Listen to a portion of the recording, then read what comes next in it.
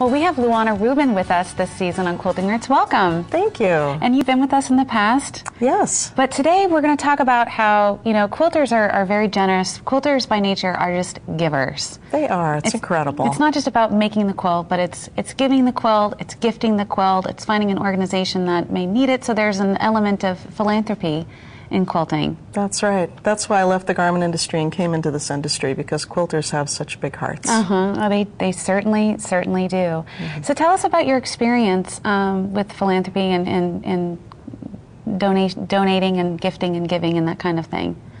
Well, I just found that when I put out a call for help, that quilters respond. Mm-hmm. And one of the ones that you're familiar with is when we had those big fires in Colorado. Yes, I was living in Boulder at the time. That's right, and my mother lived right next to you. Mm-hmm. And we were all really concerned about that, and we put a call out, and we got several hundred quilts for the people who had lost their homes, and some of them lost their homes and everything in it, just like that.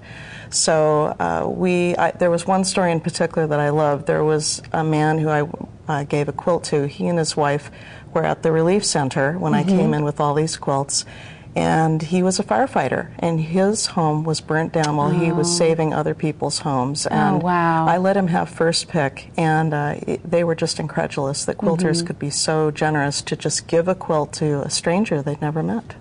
Wow, oh, that's amazing. And so tell us about the efforts for Guatemala. Yes, well, I'm also involved with a group that goes down to do cleft palate and cleft lip surgery. In fact, I went down on a surgery trip in December. And we took several hundred quilts down, and we gave a quilt to every one of the children who was waiting for surgery. And that was quite an amazing trip. And all those quilts came from a group in Ohio. Oh my gosh, oh, that's amazing. So in Ohio. And so tell us about this, the Rwanda relief efforts that you've been a part of. Yes, and that is quite an amazing partnership. We're working with Engineers Without Borders, both the CU Boulder chapter and the NASA Johnson Space Center chapter.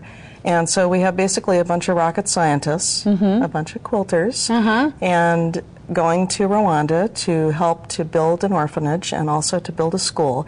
And this quilt I brought along, this was actually a gift from the students at the school, and they're learning how to make quilts out of the traditional African fabrics, and they made a quilt for me and sent it back to me. That is so, how sweet. So it really is. What you give somehow comes back twofold. Well, and it's a great gift because I can share this with others as a story, and that will inspire them to do more. It doesn't have to be perfect. No, it doesn't. Just has to have a little love in it. That's right. So tell us about the Hurricane Sandy relief efforts. Yes, well, of course, when 30,000 people lost their homes in the Northeast, we put out a call again, and we received a couple thousand quilts for that, and they have been distributed through one of the fabric companies has been using their warehouse as kind of a landing and distribution point.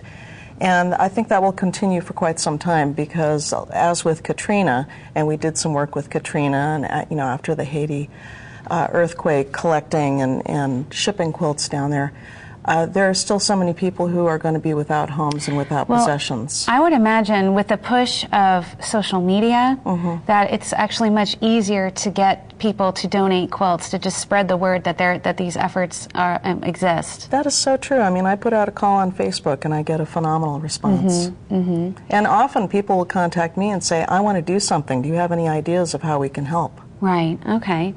And then next was the tsunami in Japan. That was an amazing thing. We worked with the group here in Ohio, Mission of Love, who does work all over the world, and that's who I went to Guatemala with.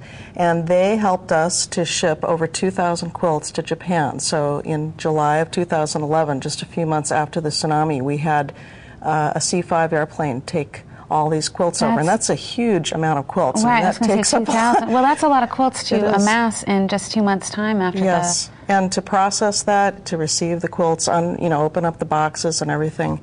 And actually, there were T-shirts and tote bags from Quilt Festival that were donated that were sent with those quilts as well. Oh, well, that's good. Good as well as some quilts.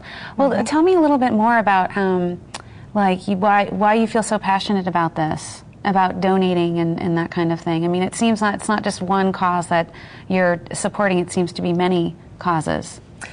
It is. I just think it's such a natural thing. I guess you could say that I've taken the lead on a lot of these projects because people do come to me and they say, what can I do? I really want to make a difference. I have no idea what to do. So I put on my thinking cap and I make a few phone calls and say, okay, this person can collect them, this person can ship them, here's a distribution point. I think really finding a trusted distribution point is really key, especially with Hurricane Sandy. Right. We want to make sure it gets right to the people who really need it.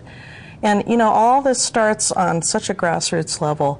Church groups, guilds, I mean, they're already making quilts. Sometimes when we put out a call for quilts after a disaster, they just come flooding in because they've been making these quilts all along.